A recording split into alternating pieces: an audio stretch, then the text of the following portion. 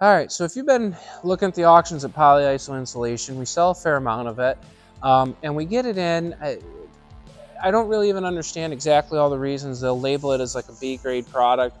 I know that the mills, for quality control, have to produce a certain amount, and they just set they got to make X amount of footage, and that first X amount just gets set aside as B grade.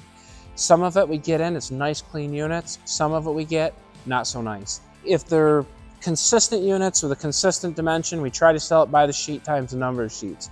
If it's got a lot of variance and different size sheets in it or messed up sheets, we try to sell it by the pack. Our polyiso, every inch is an R6, if you're wondering what R value is. So if you have a piece that's 4 inches, you should have a R24. Generally, the clean units will be in 4x4 and 4x8 sheets. Here's some more units that are multiples of the same, so we would sell this by the sheet.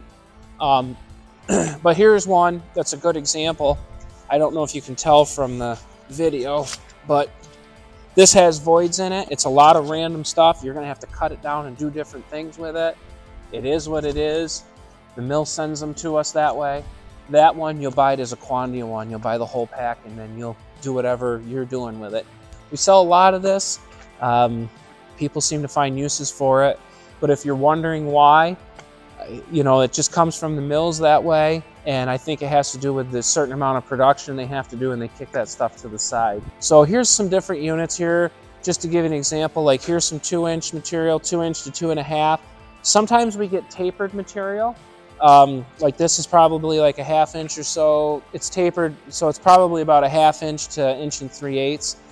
That's for buildups on roof drains, like on flat commercial roofs.